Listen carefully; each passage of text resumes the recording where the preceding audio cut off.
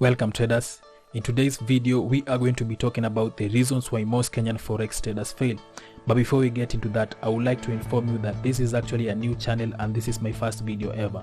I'll be posting content concerning forex based on my 5-year experience in the markets. So make sure to subscribe, like, comment and share so that this video may reach and provide value to as many people as possible. So without any further ado, let's get straight into it. Now, in Kenya, there are over 70,000 active retail forex traders trading the financial markets.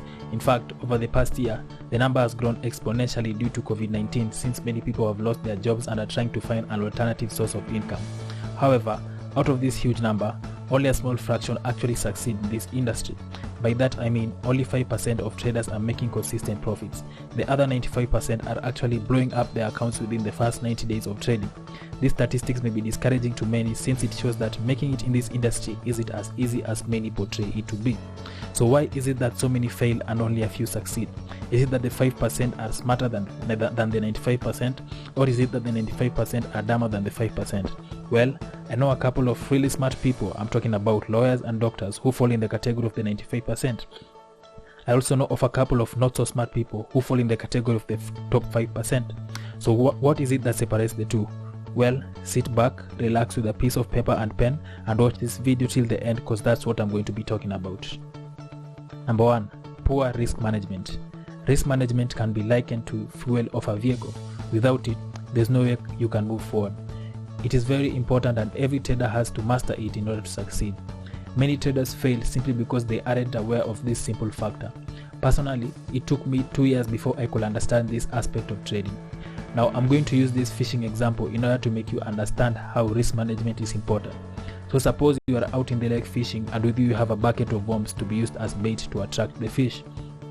Now, are you going to use all the worms on a single opportunity or are you going to use just a few? Of course you have to use just a few so that you retain more worms that may be used in case you spot other opportunities. If you use all the worms on a single opportunity, then there is a high chance that you may not get that one fish, and if that's the case, it means you can't continue looking for more fish since you've used up all the worms on a single opportunity, which failed. Trading is similar to this fishing example. Each time you place a trade, you never know for sure whether the trade will go in your favor or not.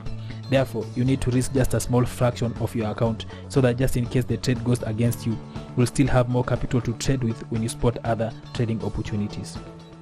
If you risk too much per trade, then there is a high chance that you could lose all your money and won't be able to profit from the winning streak when it comes along, simply because you risked too much on trades that eventually went against you.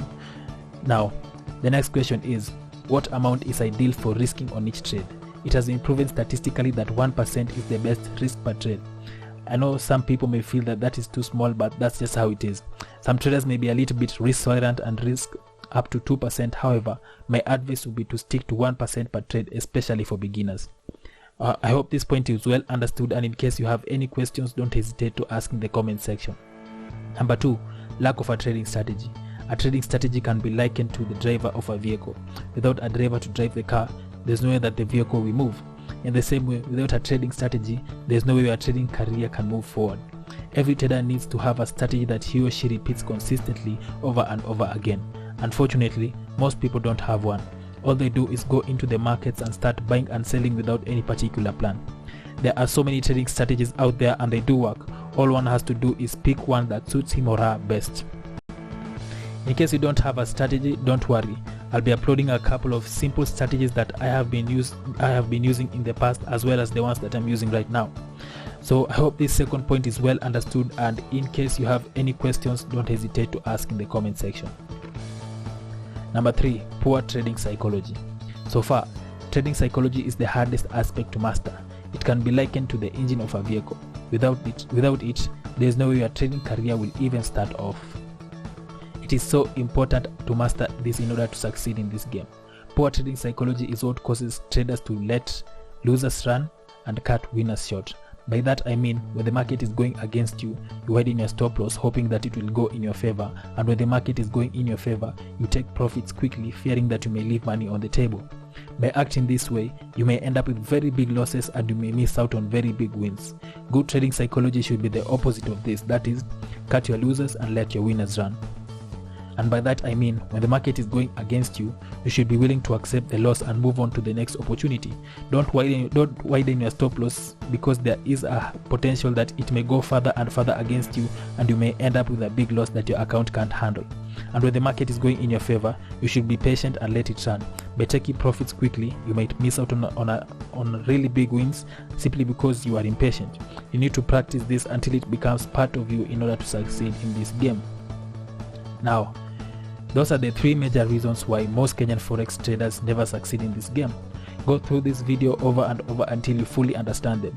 If you have any questions, don't hesitate to ask in the comment section. I'll be uploading a couple of easy strategies, so don't forget to subscribe and turn the post notification button on. So I wish you all the best in your trading careers, and see you in the next video. Have a good life.